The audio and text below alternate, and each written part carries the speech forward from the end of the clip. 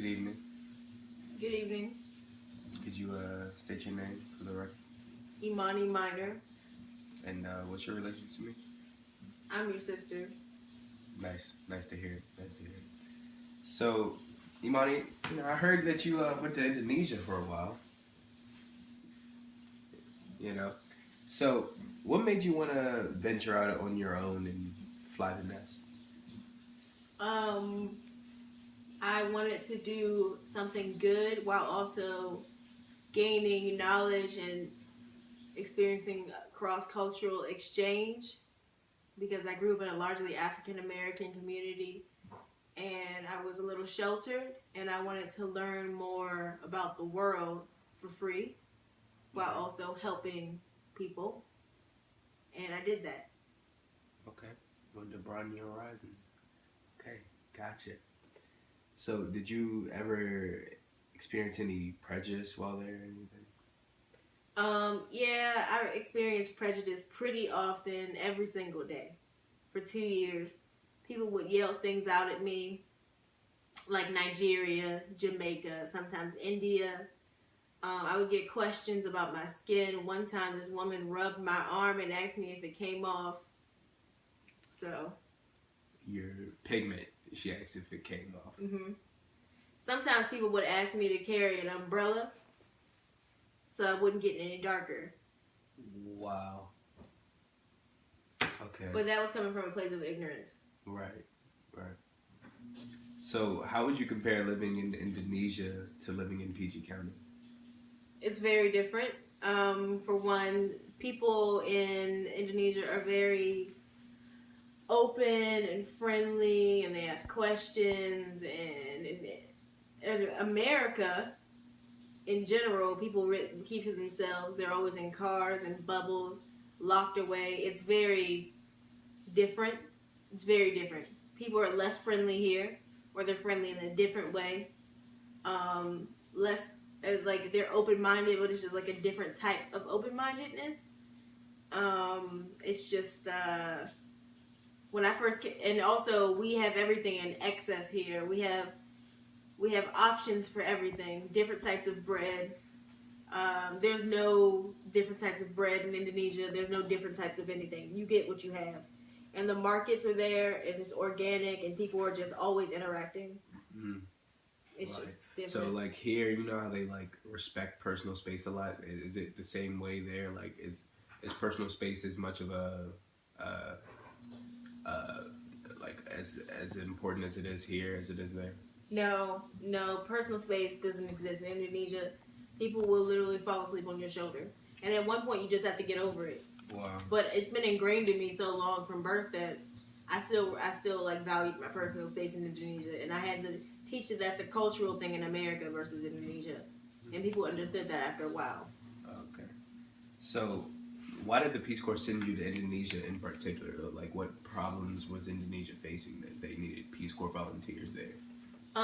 In Indonesia, they needed help with developing curriculum for learning English for high schoolers, middle schoolers, and I think they're introducing elementary school. Indonesia has other issues, but they are starting with teaching English as a second language. They wanted to bring in educators to begin basically we're like ambassadors for the U.S. representing different aspects, cultural aspects of the U.S., different backgrounds. I was the only black girl in the area for miles in every direction. There were Asian Americans, white Americans, Latinx Americans, from all over the world. I mean, all over the U.S. and also parents, first generation. People were just, we all represented different aspects of America. So we were ambassadors and educators, and also we were taking what we were learning and bringing it back to people in America, and teaching them about our experience in Indonesia, a country that most people, or people that I know in this area, particularly in PG County, don't think about or know anything about. Right. Yeah. They think Bali is another country. Yeah, with Americans in general, it seems to be that it's a recurring thing that they're just blinded to the outside world. It's it's very disheartening. So, what were some of your favorite foods to eat there? Ate a lot of rice and tofu. Ate a lot of mangoes, jackfruit. Um, if I wanted anything outside like of traditional Indonesian food, I would have to take 4 buses to get to the main city to get some French fries. Wow. Okay.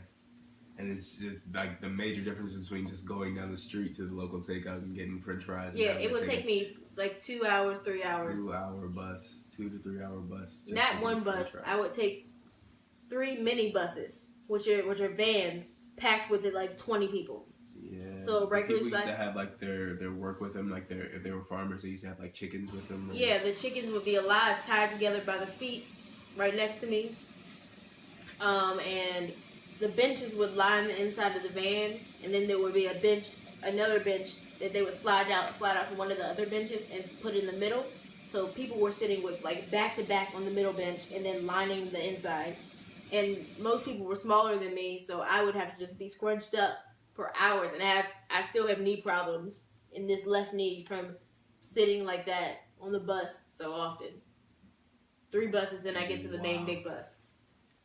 So, do you appreciate or notice more problems with America since you've come Oh, I appreciate so much. I appreciate it so much.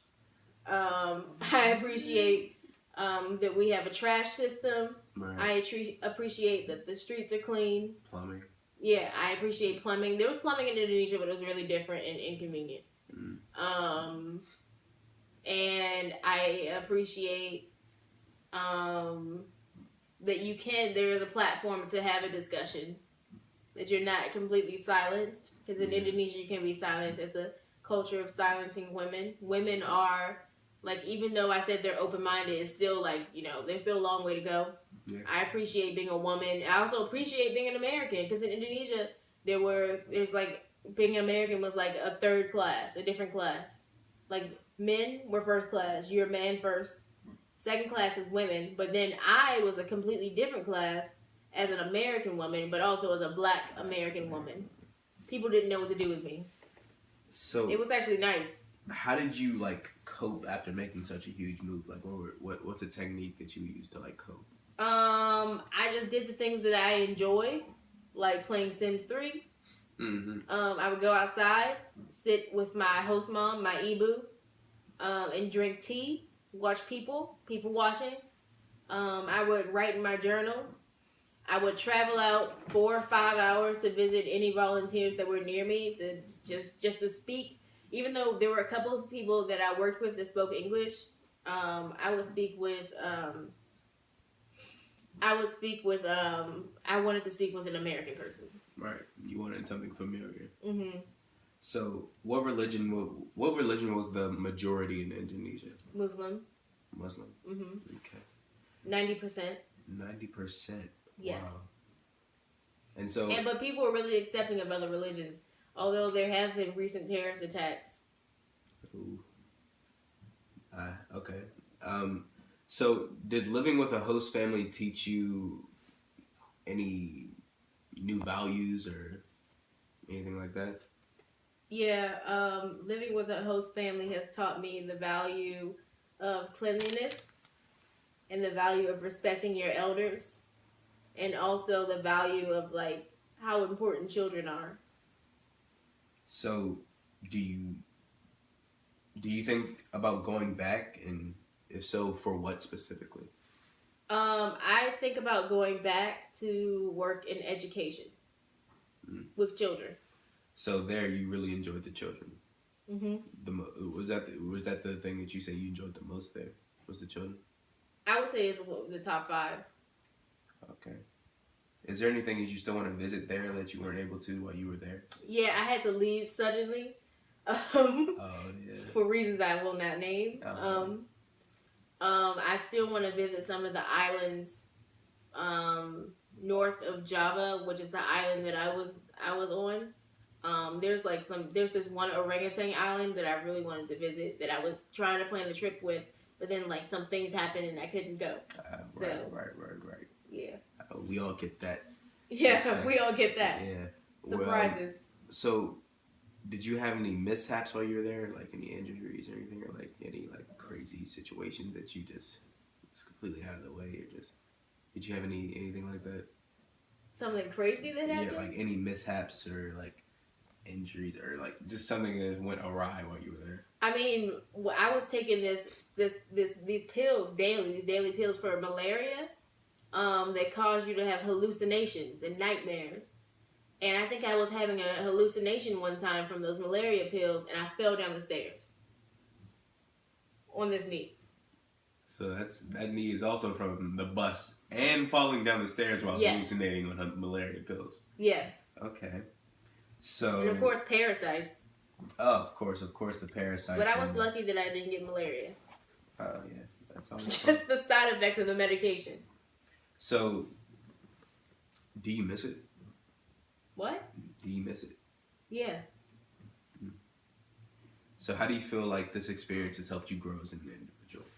I feel like this has taught me to be more open-minded when I'm interacting with people. I feel like this has also set me on a stepping stone towards a career in international education, and also narrowing down what I want to do with my life. And also realizing that there's no pressure, because in Indonesia there was there was a pressure for marriage, but people were going at their own pace with everything, like PC time, but like times 100.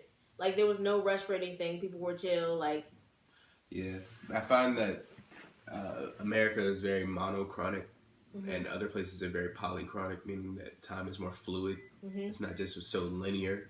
That's what it was like in Brazil. It was really refreshing, and it was black people. So black people just chilling, just out here, and it just breathing in, and it smells good, and it's just.